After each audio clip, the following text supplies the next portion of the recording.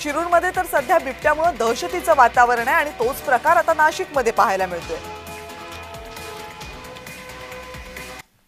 आणि यानंतर पुन्हा एकदा वळूयात बिहारच्या अपडेटकडे। बिहारमध्ये पुन्हा एकदा एनडीएनं मुसंडी मारलेली आहे। 2020च्या यशाचा टप्पा एनडीएनं पार केलाय आणि एनडीएनं आता 200च्या पलीकडे जागा मिळवलेल्या आहेत। बिहारमध्ये एनडीएसाठी हे मोठं यश आहे। बिहारमध्ये भाजप हा सगळ्यात मोठा पक्ष बनलाय आणि त्याच्या पाठोपाठ जनता दल युनायटेडनं आपलं बिहारमधल्या जागा वाढवण्यामध्ये यश मिळवलंय। पण दुसरीकडे महागठबंधनमधल्या कोणत्याही पक्षाला बिहारमध्ये चांगली कामगिरी करता आलेली नाही। तेजस्वी यादव यांच्या नेतृत्वामध्ये तेजस्वी यादव यांचा चेहरा समोर करून जी निवडणूक महागठबंधनने लढली तिथे तेजस्वी यादव यांच्या पक्षाला अत्यंत कमी जागा मिळताना दिसतात, तर काँग्रेसचे राहुल गांधी यांच्या नेतृत्वामध्ये ज्या जागा लढवल्या गेल्या त्या जागांवर सुद्धा काँग्रेसला अजिबातच यश मिळताना दिसत नाहीये।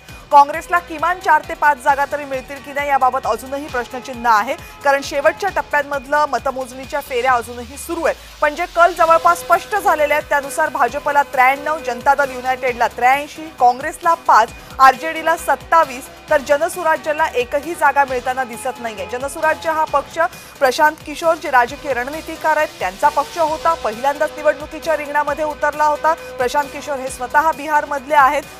देशाच्या राजकारणाचा, देशातल्या विविध राज्यांमधल्या राजकारणाचा मोठा अनुभव त्यांच्या गाठीचे आहे, कारण पॉलिटिकल एक्सपर्ट म्हणून, राजकीय रणनीतिकार म्हणून त्यांनी काम केलेलं आहे। अनेक मोठ्या नेत्यांना, मग ममता बॅनर्जी असतील किंवा नरेंद्र मोदी असतील, अनेक मोठ्या नेत्यांना त्यांनी निवडणुकांमध्ये मदत केलेली आहे, स्ट्रॅटेजीज आखण्यासाठी मदत केलेली आहे। पण स्वतःच्या पक्षाला जेव्हा त्यांनी बिहारमध्ये उतरवलं त्यावेळेस पहिल्या टप्प्यात तरी प्रशांत किशोर यांच्या पक्षाला कोणतंही यश येताना दिसलेलं नाही।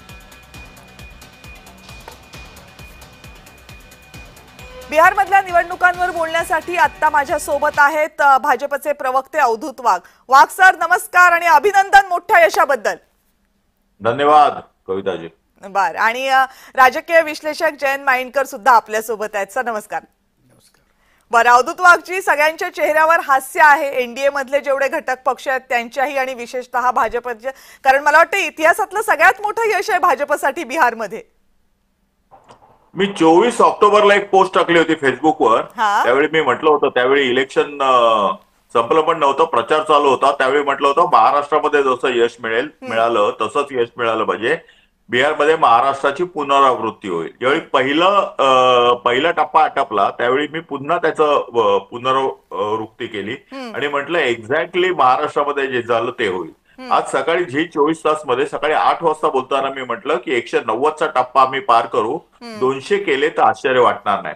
आणि हे लोक म्हणतात आम्हाला आश्चर्य वाटतं। हो, तुम्हाला आश्चर्य वाटतं कारण तुम्ही खूप महान आहात म्हणून तुम्हाला आश्चर्य वाटतं, तुम्ही खूप हुशार आहात म्हणून आश्चर्य वाटतं। आमच्यासारख्या सामान्य कार्यकर्त्याला ज्याचा IQ सामान्य आहे, आम्ही सर्वसामान्य लोक आहोत, त्यावेळी आम्हाला हे आश्चर्य वाटलं नाही। सर्वसाधारणपणे बिहारमध्ये जे घडलं आणि आज जे निकाल आले ते बिहारमधली जनता महाराष्ट्राकडे बघते, महाराष्ट्राची प्रगती बघते, उत्तर प्रदेशची प्रगती बघते, राजस्थानची प्रगती बघते, मध्य प्रदेशची प्रगती बघते आणि त्यांना असं वाटतं की या प्रगतीसारखी आपल्या राज्याची प्रगती व्हावी।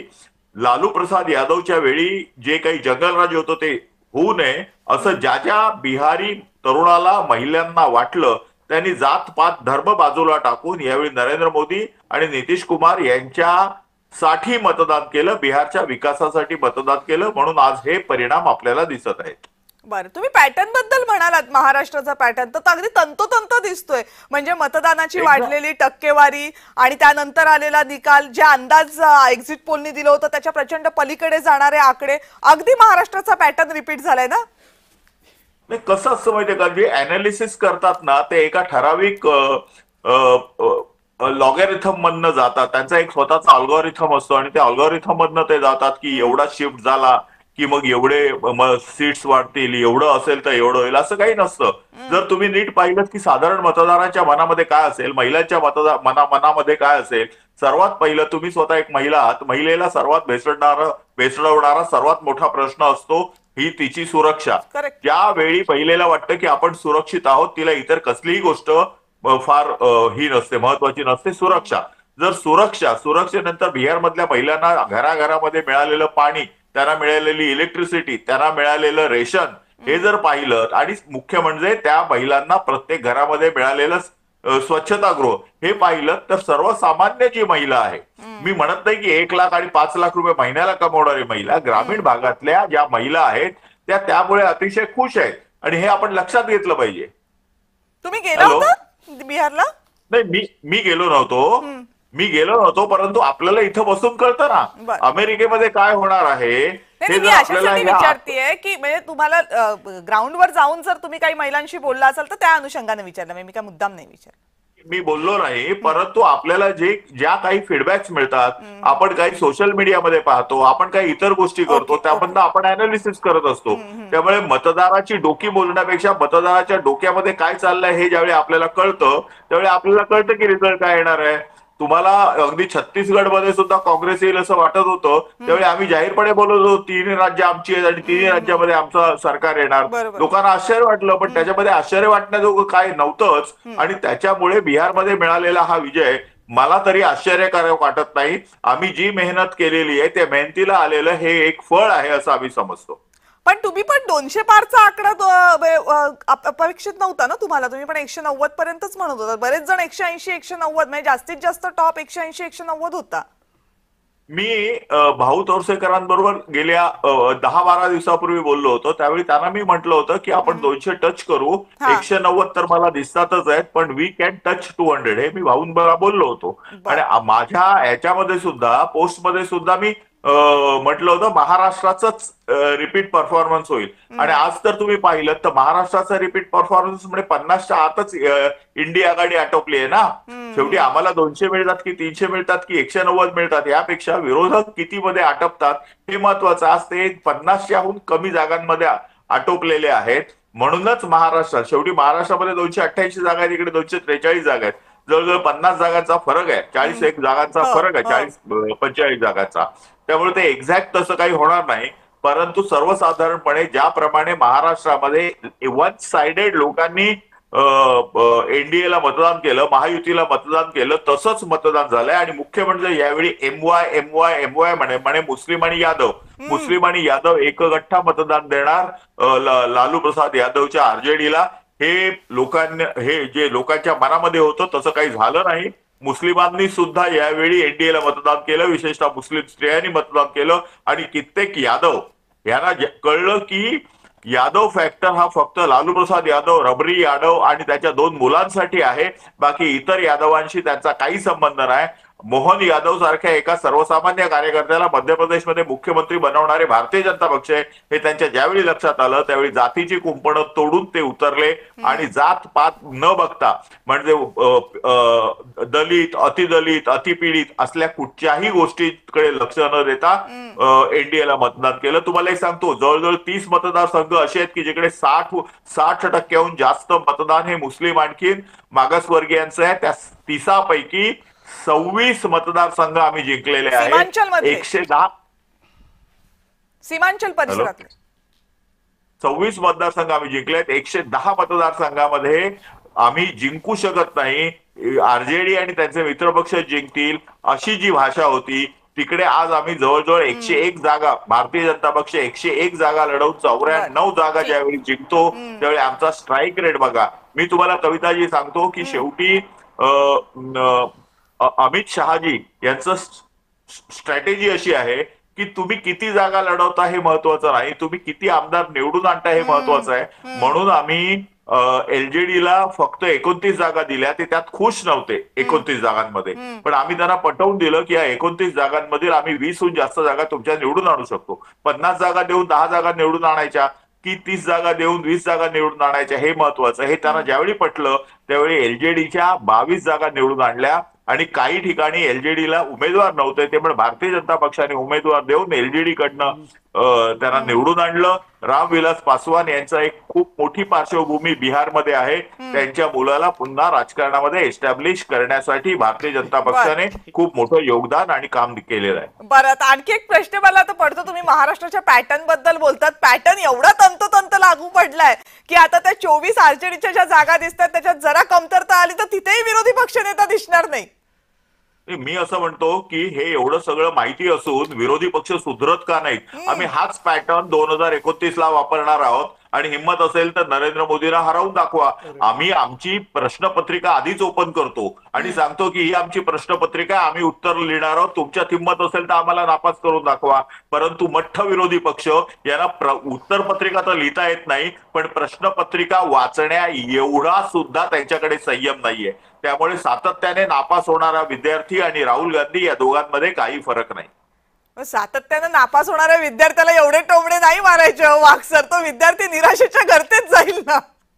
अहो हे तर आता हेडमास्टरहून रिटायर्ड होण्याचं खरं म्हणे त्यांचं वय आहे. त्यांना विद्यार्थी म्हणणं सुद्धा मला शोभा देत नाही. मला वाटतं 55 वर्षाचे राहुल गांधी अजून 3 वर्षानंतर जर हेडमास्टर असते तर त्या पोस्टवरनं रिटायर्ड झाले असते. तर त्यावेळी आता किती वर्ष माणसाने विद्यार्थी राहायचं हे त्यांनीच पाहिलं पाहिजे. अर्थात हा त्यांचा आणि त्यांच्या पक्षाचा प्रश्न आहे. माझ्या त्यांच्या पक्षाला, त्यांना, त्यांच्या कुटुंबियांना खूप खूप शुभेच्छा. बरं ठीक आहे. माइनकर सर बोला. काय बोलणार आता. हे त्यांच्या फेसबुक पोस्टवर त्यांना असं दिसतं की हे त्यांनी फेसबुक पोस्ट केली की आम्ही महाराष्ट्राची पुनरावृत्ती करणार. मी लक्षपूर्वक अवधूत वाघांचं पूर्ण भाषण, पूर्ण नॅरेशन, त्यांचा पक्ष तो कसा वाढला ऐकत होतो. ज्या एकमेव मुद्द्यावर कल्पना मी कविता मी ठाम आहे, तो मुद्दा मी वाट पाहत होतो की त्यांच्या शब्दातून तो कुठेतरी येईल. तो बिलकुल आला नाही आणि माझ्या दृष्टीने अतिशय महत्त्वाच्या मुद्द्याला त्यांनी सहजगत्या बगल दिलेली आहे. भाजपची मंडळी याच्यात वाकबगार असतात, ते त्यांनी केलेलं आहे. पहिल्यांदा लाडली बहना मध्य प्रदेश, लाडकी बहीण महाराष्ट्र 1500 रुपये 3-3, 4-4, 5-5 महिन्यांचे अकाउंटला जमा, 12,000 पुरुषांना सुद्धा चुकून जमा. आणि हे सगळं नेमकं इलेक्शनच्या आधी. आणि या सर्वांवर कडी ते म्हणजे बिहार. कशाला 1200 किंवा 1250 आणि 1500, आम्ही सरळ 10,000 देऊ. बिझनेस करा, बिझनेस चांगला करा, 2 लाख पर्यंत जाऊ. 1.5 कोटी महिलांना पर हेड पर फॅमिली 10,000, ते जवळपास 2,500 कोटी रुपये दिलेत. माझा सरळ आरोप आहे आणि माझा सरळ प्रश्न आहे. आणि या प्रश्नाचं उत्तर मला सकाळपासून मी प्रत्येक ठिकाणी विचारतोय, मला कोणत्याही भाजपच्या प्रवक्त्यांनी दिलेलं नाही. नेमकं इलेक्शनच्या आधीच तुम्ही हे का वापरता? हे सगळे गिमिक्स आणि अशा प्रकारे पैशाचा वापर करून तुम्ही सरळ शब्दात मत विकत घेत आहात असा माझा आरोप आहे. याच्यावरचं तुम्ही उत्तर देत नाही. नेमकं इलेक्शनच्या आधीच या स्कीम का याव्यात? आणि या म्हणजे आता मी एक उदाहरण दिलेलं पुन्हा एकदा हे पुन्हा आलेत म्हणून उत्तर देतो की 1989ला राजीव गांधींनी सुद्धा हा प्रयत्न केला होता. मग इथे कोणालाही स्पेअर करायचं नाही, कोणाच्याही बाजूनी बोलायचं नाही. राजीव गांधींनी तेव्हा व्ही.पी. सिंग विरुद्ध राजीव गांधी अशी जेव्हा हे सुरू होतं तेव्हा त्यांनी 5,000 कोटीची स्कीम अनाऊन्स केली. त्यांनी लगेच सांगितलं होतं चीफ इलेक्शन कमिशनरनी, मी त्याच्यावर तशी कारवाई करू शकत नाही, पण हे नैतिक नाही, हे योग्य नाही. इलेक्शनच्या आधी वोटर्सना अशा प्रकारे आपल्याकडे आकर्षित करणं हे योग्य आहे का? त्याच्यानंतर आपली तेवढी इकॉनॉमी आहे का? याचं उत्तर कोणीही देऊ शकत नाही. महाराष्ट्रात लाडकी बहीण आल्यानंतर किती योजना बंद पडलेल्या आहेत, इतर किती ठिकाणचे पैसे कुठे डायव्हर्ट केले आहेत, त्याच्यामुळे इकॉनॉमी किती कोलॅप्स होते आहे, याच्याबद्दल बोलणार नाही. आजचा मिळालेला विजय हा केवळ त्या 10,000 रुपयांचा परिपाक आहे. आणि शेवटचं वाक्य, आय एम वरीड. आत्ता जे तुम्ही म्हणालात की 27 वर सध्या आरजेडी आहे, ही जर का 23 ला आली तर नियमानुसार एकूण असेंब्लीच्या संख्येच्या 10% जर का तुम्हाला जागा असतील तर तुम्ही विरोधी पक्षनेता होऊ शकता. ज्याच्यामुळे महाराष्ट्रात आज विरोधी पक्ष नेता नाही. जर हे 23 झाले थोड्या वेळात जे होऊ शकतं तर कदाचित ती खरोखर महाराष्ट्राची पुनरावृत्ती असेल. असं आणि म्हणायचं. देर आर नाही, पण मला एक चान्सेस. सांगा ना माइंडकर सर, तुम्ही मगापासून 10,000चा मुद्दा सांगताय, त्याच्यावर उत्तर देतीलच अवधूत वाघजी, पण मला तुम्हाला विचारायचंय की जेव्हा 3 राज्यांच्या निवडणुका एकत्र झाल्या त्यावेळेस मध्य प्रदेशमध्ये 10 काय लाडकी बहीण योजना, लाडली बहीण योजनेच्या जीवावर भाजप जिंकली असं जर म्हटलं, तर मग छत्तीसगडचं आणि राजस्थानचं काय झालं होतं? हे बघा, आपण असं प्रत्येक नॅरेशन मध्ये जाऊ शकतो. तर तिथे त्यांनी काय केलं? वेल, छत्तीसगडमध्ये चान्सेस होते, आलेले नाहीत. राजस्थानमध्ये ऑल्टरनेट गव्हर्नमेंट हे एक प्रकारे ठरलेलं आहे आणि ते तशा प्रकारे झालं. ही रिएलिटी आहे.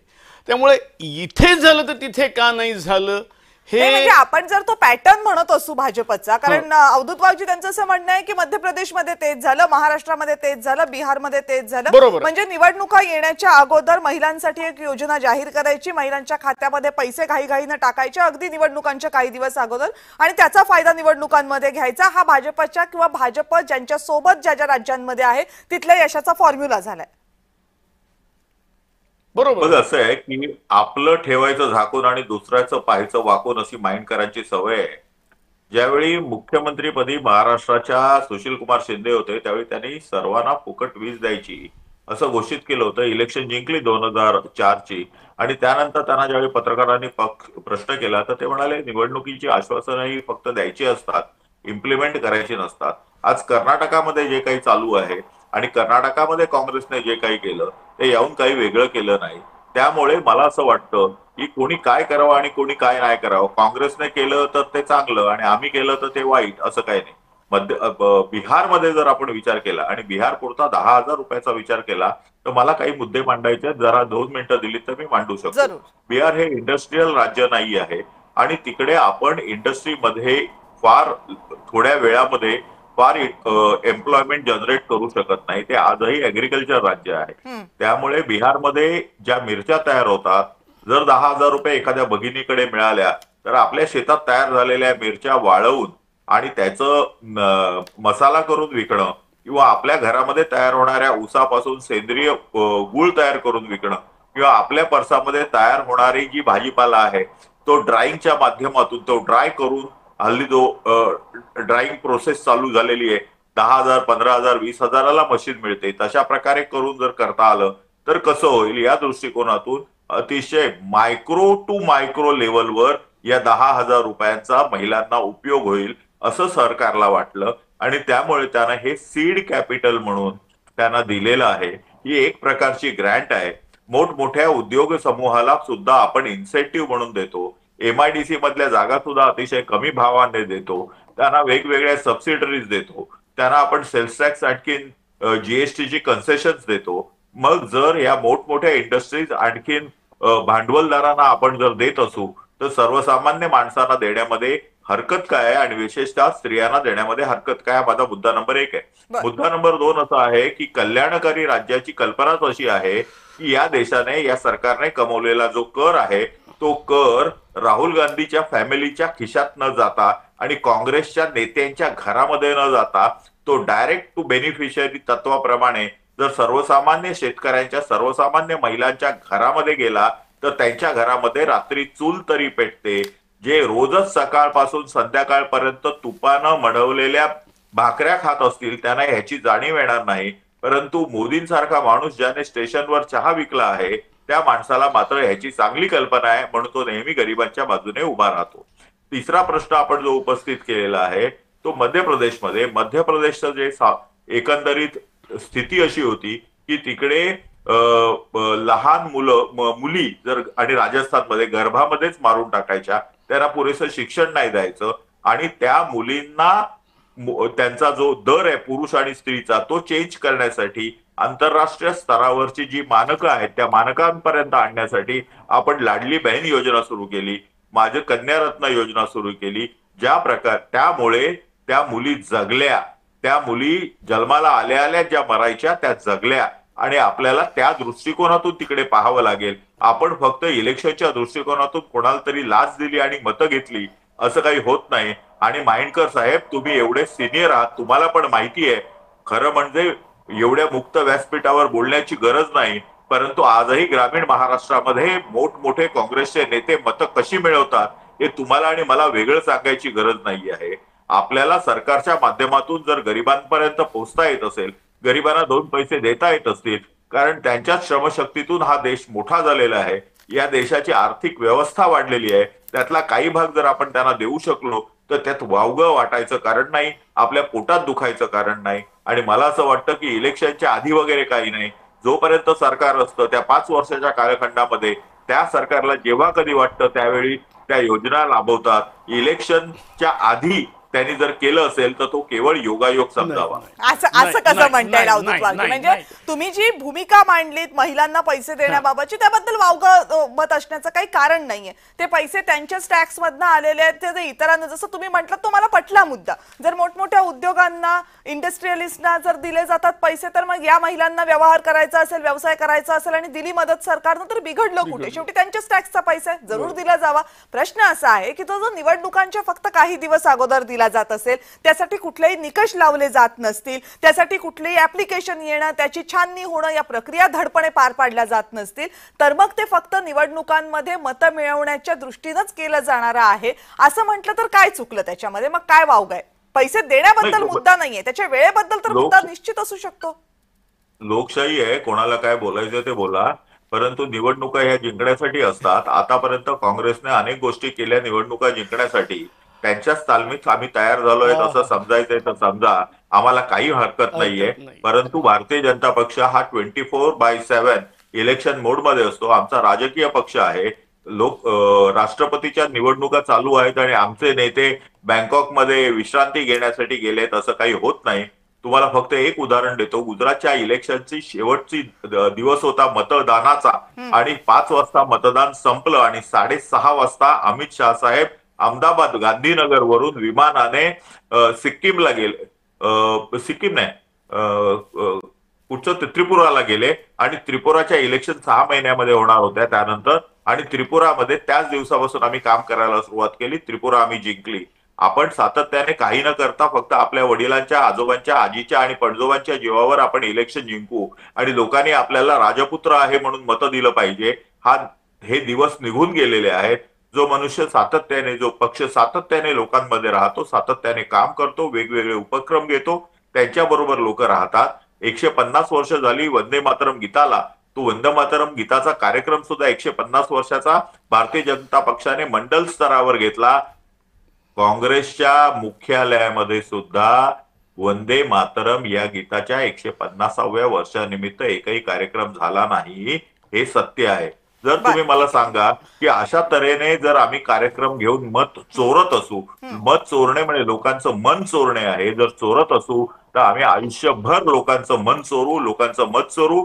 आम्ही कार्यक्रमाद्वारे लोकांच्या हृदयापर्यंत जाऊ आणि येणाऱ्या भविष्य काळामध्ये, आज तरी बिहारमध्ये चांगलं चित्र विरोधी पक्षांना आहे, नावाला का होईना त्यांचे आलेले आहेत, पुढच्या वेळी तर त्यांची पाठी कोरी राहिली तर आश्चर्य वाटायला नको. बर, ठीक आहे, पुढच्या वेळी तुम्ही त्यांची पाठी कोरी करा. पण एक मुद्दा आहे की विरोधी पक्षांच्या संघटन कौशल्याबद्दल आणि त्यांच्या सातत्याबद्दल जरूर प्रश्न उपस्थित करावे. राजकीय परिघामध्ये ते उपस्थित करण्यात काहीच गैर नाहीये. पण जेव्हा प्रश्न लोकोपयोगी योजनांचा असतो त्यावेळेस त्याचा उपयोग हा राजकीय फायद्यासाठी जर घेतला जात असेल तर त्याबद्दल प्रश्न उपस्थित केले जाणार. ठीक आहे, हा प्लॅटफॉर्म काही आपण त्या फक्त एका योजनेसाठी बोलण्यासाठी नाही आयोजित केलेला आहे. त्यामुळे मी आता पुढच्या मुद्द्याकडे वळते.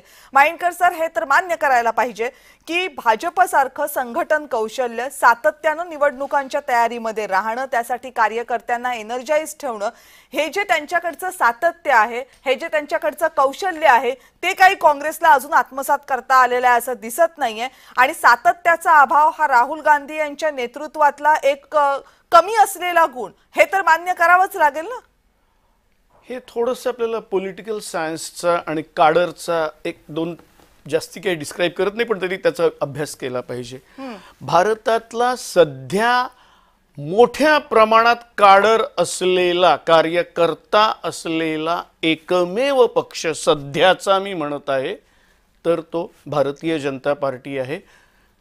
त्याचं कारण त्यांच्या मागे एक संघ परिवाराच्या रूपाने एक फार मोठी शक्ती उभी आहे.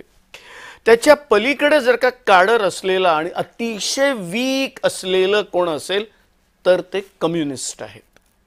काँग्रेसकडे तसे काडर म्हणून आता कोणी उरलेले आहेत का? तर दुर्दैवानी राम मंदिर आंदोलनानंतर उत्तर भारतात जो डॉमिनंट आहे, ज्याच्यामध्ये जवळपास अर्ध्याहून जास्त पार्लमेंटच्या जागा, लोकसभेच्या जागा आहेत, तिथे त्यांचे आता उरलेले नाही आहेत. याचं कारण त्यांचं डिस्ट्रीब्युशन रिजनल पार्टीमध्ये, भाजपमध्ये झालेलं आहे. ते कार्यकर्ते गेलेले आहेत आणि त्याच्यामुळे तिथे भाजपकडे स्वतःचा असा कार्यकर्त्यांचा बेस उरलेला नाही. काँग्रेसकडे ही रिअलिटी उत्तर भारतात काँग्रेसकडे उरलेला नाही. ही वस्तुस्थिती आहे. भले ही अवधूत वाघ कितीही म्हणत की मी काय काँग्रेसच्या बाजूने बोलतो, मी अनेक वेळेला, जसं मी राजीव गांधींच्या त्या 5,000 कोटीबद्दल बोलताना मी त्यांच्यावरही टीका केलेली होती. तसं काही नाही. पत्रकार म्हणून आपल्याला जे अयोग्य वाटतं ते आम्ही बोलत असतो. माझ्या दृष्टीने उत्तर भारत जर का देश, ही रिअलिटी आपल्याला आवडो अथवा न आवडो, उत्तर भारत हा साईज वाईज डॉमिनंट असल्यामुळे उत्तर भारतातलं जे काही राजकारण आहे त्याचा पूर्ण देशावर परिणाम होतो. पण उत्तर भारत हा राम मंदिर आंदोलनानंतर पूर्ण सिस्टमॅटिकली 1989 पासून अक्षरशः पूर्ण काँग्रेसच्या हातून गेलेला आहे. आणि आज जी काही काँग्रेसची अवस्था आहे त्याला जबाबदार उत्तर प्रदेश, बिहार, मध्य प्रदेश, एकूणच काऊ बेल्ट ज्याला म्हणता येईल, त्या काऊ बेल्टमध्ये काँग्रेसचं झालेलं पतन हेच जबाबदार आहे. तिथे कार्यकर्ता नाही. तुम्ही खाली या. असं आहे की फक्त उत्तर भारत हाच काय भारतातला फक्त भाग आहे का? पश्चिम भारतामध्ये काय केलं, दक्षिण भारतामध्ये काय केलं? मी तेच तेलंगणामध्ये काँग्रेस आहे, कर्नाटकात काँग्रेस आहे, तमिळनाडूमध्ये 1967 कामराज जे कोणी होते त्याच्यानंतर म्हणजे किती जवळपास 4-5-6 दशकं झालेली असतील. डीएमके किंवा AIADMKचं राज्य सुरू आहे. त्या डीएमके बरोबर काँग्रेसचं अलायन्स आहे. केरळमध्ये कम्युनिस्ट आहेत. आंध्रमध्ये मात्र फक्त भाजपचं TDP बरोबरचं सरकार आहे. त्याच्यामुळे जी काही राज्य आहेत त्याच्यातलं फक्त आंध्रमध्ये आहे आणि तो एक फार मोठा फरक. महाराष्ट्र तर काय काऊ बेल्ट नाहीये. महाराष्ट्राचा काय प्रॉब्लेम? महाराष्ट्र, बंगाल आणि गुजरात हे बॉर्डरवरचे आहेत असं मी मानतो. ते एक्झॅक्टली ना साऊथ मध्ये येऊ शकत ना, ते शेवटी ईस्ट आणि वेस्ट असे आहेत. आणि ठीक आहे, त्यांच्या बोलण्यात आलं आता आमचं टार्गेट बंगाल असेल, असू द्या, तुम्ही महाराष्ट्रही केलेलं, तुम्ही बंगाललाही टार्गेट करा. याचं कारण असं आहे की हे इलेक्शन आहे, तुम्ही जिंका. तुम्ही कबूल केलेलं की आम्ही कसंही करून जिंकू. सुशील कुमार शिंदेंनी एक प्रकारे मान्य तरी केलं की ती माझ्या हातनं चूक झालेली होती. इथे चूक सुद्धा मान्य करत नाही. इथे आम्ही चूक केलीच नाही असं. काँग्रेसच्या संघटन बद्दल बोलूयात. काँग्रेसचं संघटन आहे काँग्रेसचं संघटन त्या साऊथ मध्ये जिथे जिथे आहे काँग्रेसचं संघटन तिथे ते आहेत. आणि let us accept one thing की काँग्रेस ही एक पर्सोना सेंट्रिक पार्टी आहे. हे मान्य, हे त्यांना आवडेल कदाचित माझं वाक्य. अर्थात तो पर्सोना म्हणजे अर्थात राहुल गांधी, सोनिया गांधी, अर्थात नेहरू गांधी परिवार. पर्सोना काय भाजपमध्ये नाहीये का? तिथेही मोदी नावाचा पर्सोना आहे, पण म्हणून नाही, मोदी पर्सोना आहे, पण Modi is being backed by RSS. ज्या क्षणी RSSचा मोदींच्या मागचा हात जाईल त्या क्षणी ते तसं, म्हणजे अडवाणी सुद्धा एकेकाळी होते. अडवाणी की मोदी असा जेव्हा प्रश्न निर्माण झाला तेव्हा संघाने एवढ्या वर्षांच्या इतिहासामध्ये काँग्रेसला स्वतःची अशी एखादी संघटना तयार नाही करता नाही करते. त्यांनी तो प्रयत्न केलेला नाही. आपण राष्ट्र सेवा दल हा जो राष्ट्र सेवा दल जे काही केलेलं होतं ते फारसं पुढे जाऊ शकलं म्हणजे काँग्रेसला आपल्या बॅकअप असलेल्या संस्था वाढवता आलेल्या नाही. त्यांनी आपलं संघटन कौशल्य वाढवता आलेलं नाही. काऊ बेल्टला फक्त याच्या पलीकडे जाऊन मी एक वाक्य सांगू, कदाचित म्हणजे नावं घेऊन सांगायला पाहिजे, काही हरकत नाही. मिलिंद देवरा, अशोक चव्हाण यांच्यासारखे परिवार मोठे केले आणि या परिवारांना जरा काही काळ असं लक्षात आलं की आता तुम्हाला हवं ते मिळणार नाही. हे परिवार एक क्षण त्या विकलांग झालेल्या काँग्रेसमध्ये थांबले नाहीत. लगेच त्यांनी दुसरा घरोबा केला आणि ते भाजप किंवा भाजपच्या दुसऱ्या जवळच्या पक्षात गेले. आणि अवधूत वाघ यावर बोलणार नाहीत त्यांनी या व्यक्तींना लगेच दरवाजा उघडून आपल्याकडे पण असं आहे जयंत पाईनकर सर, तुम्ही मगाशी जे या उत्तराची सुरुवात करताना म्हटलात की याच्यामध्ये पॉलिटिकल सायन्सच्या अनुषंगानं म्हटलं पाहिजे. जर त्याच पॉलिटिकल सायन्सच्या अनुषंगानं म्हणायला गेलो तर जेव्हा एखाद्या पक्षामध्ये परिवारवाद फोफावतो किंवा परिवारवादी नेते तयार होतात त्यावेळेस त्या पक्षाचं दुसऱ्या बाजूला संघटन कौशल्य कमी असतं. कारण जर तुमचं संघटन कौशल्य जास्त असेल, चांगलं असेल तर तुम्ही सगळ्या नेत्यांना सामावून घ्याल. ते कमी असेल तर परिवारवाद तयार होणार. मग वादोवाद मुद्दा हाच येतोय ना की काँग्रेसचं संघटन कौशल्य कमी पडते, त्याचा परिणाम त्यांना निवडणुकांमध्ये भोगावा लागतोय. मी त्याच्या पलीकडे जाऊन एक वाक्य बोलतो. माझ्या दृष्टीने या देशात केवळ 2 पक्ष हे परिवारवादाच्या पलीकडे आहेत. त्यातला एक पक्ष म्हणजे भाजप, किंवा कारण भाजपचा जो प्रमुख असतो, पंतप्रधान म्हणा किंवा अध्यक्ष म्हणा, जो काही असतो, आत्तापर्यंत जे कोणी होऊन गेले पंतप्रधान ते ऑन रेकॉर्ड तरी अविवाहित किंवा जे काय असेल ते होते. त्याच्यामुळे त्यांचा परिवार होण्याचा प्रश्न नव्हता आणि त्याच्यामुळे त्यांची तिथे परंपरा सुरू झालेली नाही. स्मॉल क्वेश्चन, मला एवढंच विचारायचं आहे की फक्त पंतप्रधान पदी असलेल्या व्यक्तीचा परिवार नाही म्हणून एखादा पक्ष परिवारवादी नाही असं सर्टिफिकेट कसं काय? मी तेच डिस्क्राईब करतोय. अदरवाईज अगदी नॅशनल जम्मू काश्मीरच्या नॅशनल कॉन्फरन्स पासून, महाराष्ट्राच्या शिवसेनेपासून खालच्या TDP पर्यंत कुठलाही DMK कुठल्याही पक्षाचं तुम्ही नाव घ्या, हे केवळ पारिवारिक पक्ष आहेत. MK स्टालिन आज तामिळनाडूचे मुख्यमंत्री आहेत कारण त्यांचे वडील हे मुख्यमंत्री होते. उद्धव ठाकरे, बाळासाहेब ठाकरे मुख्यमंत्री नसतील पण तेच होते. आता थोडंसं देवेंद्र फडणवीसांच्या बाबतीत लगेच हे म्हणता येत नाही असं भाजपचे तमाम कार्यकर्ते मला सांगतील, पण भाजपमध्ये सेकंड रँक मध्ये मोठ्या प्रमाणात वंश परंपरा आहे. देवेंद्र फडणवीस सुद्धा is the offshoot of only nepotism. फक्त एवढंच आहे की ते 2 वेळेला आमदार होते. पाईनकर सर, हा मुद्दा काय फक्त नेपोटिझमचा नाहीये ना. हा मुद्दा असा आहे की या सगळ्याच्या पाठीमागे आपण काँग्रेसची असंघटनशीलता किंवा संघटन क्षेत्रामधलं त्यांचं अपयश लपवू शकत नाही.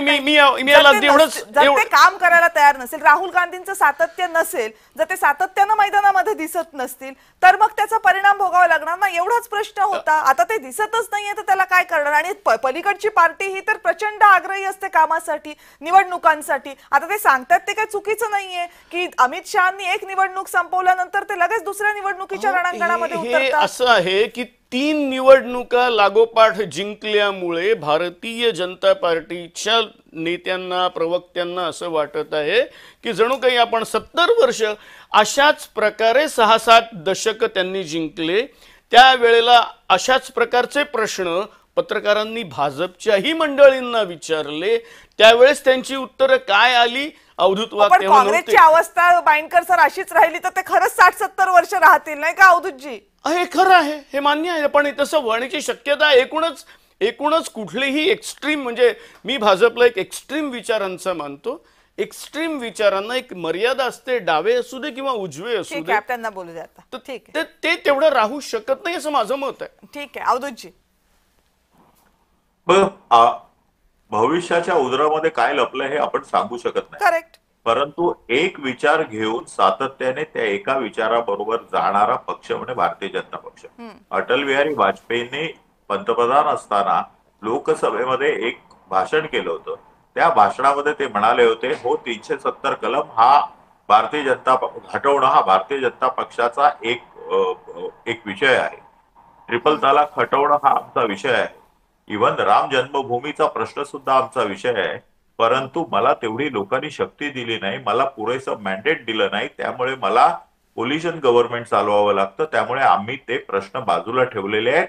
पण ते पुढे म्हणाले की जेव्हा कधी भारतीय जनता पक्षाचा स्वतःच्या ताकदीने सरकार येईल त्यावेळी हे 3ही प्रश्न आम्ही सॉल्व्ह करू. बघा, एक विचार घेऊन जातो. त्यावेळी आमच्याकडे ताकद नव्हती. 160, 170, 180 खासदार असायचे. इतर पक्षाच्या लोकांना बरोबर घेऊन जायचं. कधी DMK असायचं तर कधी AIADMK असायचं. दोघांबरोबर भारतीय जनता पक्षाची काही काळ वेगवेगळ्या सरकारमध्ये युती होती. कविताजी, हे लक्षात घेतल्यानंतर आपल्याला कळेल की ह्या सर्वांना बरोबर घेऊन भारतीय जनता पक्ष पुढे गेला. बाईनकर म्हणाले की 3दा भारतीय जनता पक्ष, 3दा नाही, एकूण 6 वेळा भारतीय जनता पक्षाच्या कार्यकर्त्यांनी देशाचा पंतप्रधान म्हणून शपथ घेतली.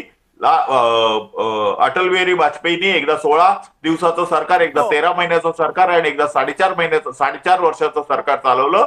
आणि मोदी साहेबांनी पहिल्यांदा 5 वर्ष, दुसऱ्यांदा 5 वर्ष आणि तिसऱ्यांदा ही शपथ घेतलेली आहे. एकूण 6 वेळा शपथ घेतलेली आहे.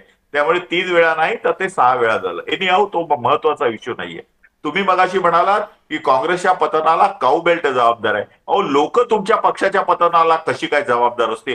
तुमच्या कृती ज्या आहेत त्याच्यामुळे लोक तुमच्या विरोधात मतदान करतात. मला थोडंसं वाक्य तुम्ही माझं बोलला, तुम्ही ऑन रेकॉर्ड बोलला, तुम्ही काऊ बेल्ट मधला काँग्रेसचा पराभव, काऊ बेल्ट मधला काऊ बेल्ट जबाबदार नाही. शब्द वेगळे, शब्द वेगळे, ठीक आहे अवधूत सर, शब्द वेगळे, अवधूत सर फक्त त्यांना 1 मिनिट देऊयात. हा, शब्द वेगळे आहेत. काऊ बेल्ट मधला काँग्रेसचा पराभव, उत्तर प्रदेश, मध्य प्रदेश आणि बिहार या सर्व राज्यात झालेला काँग्रेसचा पराभव, अर्ध्याहून जास्त जागा पार्लमेंटच्या काऊबेल्ट मधनं येतात आणि तिथेच राम मंदिरामुळे भाजपची वाढ झाली.